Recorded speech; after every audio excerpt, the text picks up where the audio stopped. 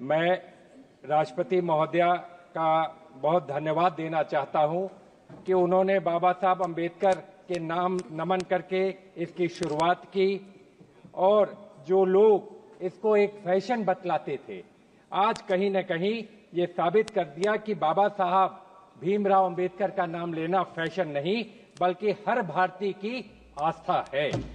उस महान आदमी जिसने भारत का शानदार संविधान दिया, आज हम सब लोग उनके विचारों पर बचाने के लिए, भारत के संविधान को बचाने के लिए संघर्ष कर रहे हैं।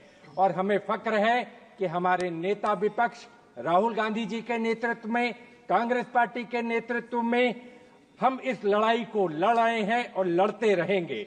हम आज बाबा साहब का अपमान न सहे हैं न सहेंगे और 100 बार नहीं 1000 बार लेते रहेंगे। और हम सब मिलकर ये कहना चाहते हैं, भारतवासी, इससे ज्यादा हम लोगों के लिए खुशी की बात नहीं कि माननीय राष्ट्रपति जी ने बाबा साहब भीमराव के अम्बेडकर के नाम से आज शुरुआत किया। मैं इलाहाबाद से चुनकर आता हूं, वहां पर जो कुंभ मेला का आयोजन किया जा रहा है, मैं सबसे पहले संसदीय क्षेत्र इलाहाबाद, इसलिए मैं सबसे पहले उन श्रद्धालुओं को जिन्होंने अपनी जान गंवाई है, उनकी स्मृतियों को नमन करता हूं, श्रद्धांजलि देता हूं। और मैं एक चीज कहना चाहता हूं, जो लोग कुंभ मेला, अर्ध कुंभ और कुंभ को नहीं जानते, कि कुंभ की असली आस्था जो गांव में है, भक्ति के रंग में रंगल गांव देखा, धर्म में कर्म में सनल गांव देखा, अगल में बगल में सगल गांव देखा, अमावस्या नहाए चलल गांव देखा। मौनी अमावस्या का नहान कैलाश गौतम जी ने अपनी कविता के माध्यम से चरितार्थ किया है। लोग मौनी अमावस्या में लाखों करोड़ों लोग आए और उत्तर प्रदेश की सरकार ने कहा था कि 10 करोड़ लोग नहान के लिए आएंगे। अगर कोई सामान्य आदमी भी अपने घर में व्यवस्था करता है, किसी को न्योता देता है, बुलाता है, तो उसके खाने पीने रहने खाने की व्यवस्था करता है। लेकिन उत्तर प्रदेश की सरकार ने उन श्रद्धालुओं को, जो आम श्रद्धालु आए थे, उनकी व्यवस्था नहीं की। उनके साथ कहीं न कहीं वो 30-30 किलोमीटर पैदल चलकर गए गंगा के स्नान के लिए। जिस आस्था के साथ गए, मैं कहना चाहता हूं, उनके न शौचालय की व्यवस्था थी, न पानी पीने की व्यवस्था थी, न उनके रहने की व्यवस्था थी और न खाने पीने की व्यवस्था थी।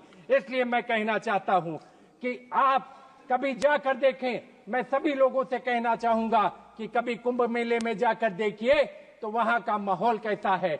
उल्लास का, उमंग का माहौल था जब 29 तारीख को लोग, 28 तारीख को लोग, 27 तारीख को लोग पैदल चलते हुए जा रहे थे। उल्लास उमंग का माहौल था। और जो हमारे तंबू और कनात लगाए गए, तंबू कनात नहीं थे। कविता के माध्यम से कहना चाहता हूं, अजर हो गया है, अमर हो गया है, शहर तंबुओं का शहर हो गया है, महाकुंभ की आस्थाओं में डूबा ये लाखों करोड़ों का घर हो गया है। इस तरीके हमारा महाकुंभ का नगर बसा। उस नगर में सरकार ने जिस तरीके की व्यवस्था की, उसमें कहीं क्राउड मैनेजमेंट नहीं था। कहने को कहा गया 144 साल बाद संजोग बना जब अमृतपान करने के लिए लोगों को आपने बुलाया। आज तक बुलाया नहीं जाता था, पहली बार उत्तर प्रदेश की सरकार ने बुलाया और बुलाने के बाद व्यवस्था राम भरोसे छोड़ दी और 3 जगह भगदड़ हुई। मैं कहना चाहता हूं, आज तक उत्तर प्रदेश की सरकार ये बतलाने को तैयार नहीं कितनी भगदड़ कितनी जगह पर हुई, कितने लोग मारे गए। आज तक उन लोगों का नाम हम लोगों को बताया नहीं जा रहा। कितने लोग बिछुड़ गए अपने लोगों से, उनका नाम बताया नहीं जा रहा। कितनी गाड़ियां लावारिस खड़ी हैं। मैं कहना चाहता हूं, इसका मुख्य कारण क्या था? इस घटना का मुख्य कारण पॉन्टून के 30 ब्रिज बने हुए थे। पॉन्टून के 30 ब्रिज बने हुए थे और आज 27 तारीख से 30 के 30 ब्रिज, 15 आने के और 15 जाने के, सारे के सारे ब्रिज को बंद कर दिया गया। एक ही मार्ग से आना था, एक ही मार्ग से जाना था। इस कारण ये व्यवस्था खराब हुई। मैं कहना चाहता हूं, जब आदमी इतनी दूर से चल कर आएगा 20-20, 30-30 किलोमीटर, तो वो उसी रेती में जाकर सो गया। एक तरफ सोते हुए लोग और एक तरफ चलता हुआ जनसैलाब। कहीं न कहीं जिला प्रशासन, कहीं न कहीं मेला प्रशासन, कहीं न कहीं पुलिस प्रशासन फेल हो गया।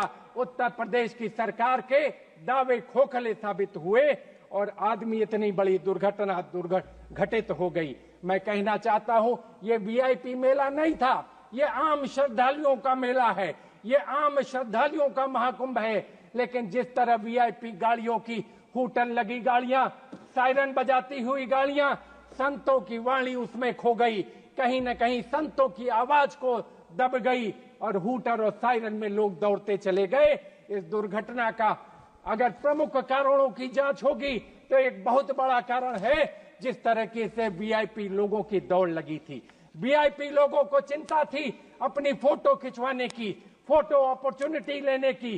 सरकार को चिंता थी इवेंट मैनेजमेंट कराने की, अपनी ब्रांडिंग करने की, लेकिन ये वो जगह नहीं थी। माननीय अधिष्ठाता महोदया, मैं कहना चाहता हूं, ये वो जगह नहीं थी। यहाँ आस्था का समुद्र था। लोग उस आस्था और विश्वास के साथ कि अब अमृत वर्षा होगी, उस अमृत का पान करेंगे, लेकिन लाखों लोग, हजारों लोग मर गए। आपने देखा होगा, वो दृश्य देखे होंगे कि किस तरीके से जेसीबी लगाकर लोगों का सामान उठवा कर फेंकवाया गया, किस तरह फेंकवाया गया।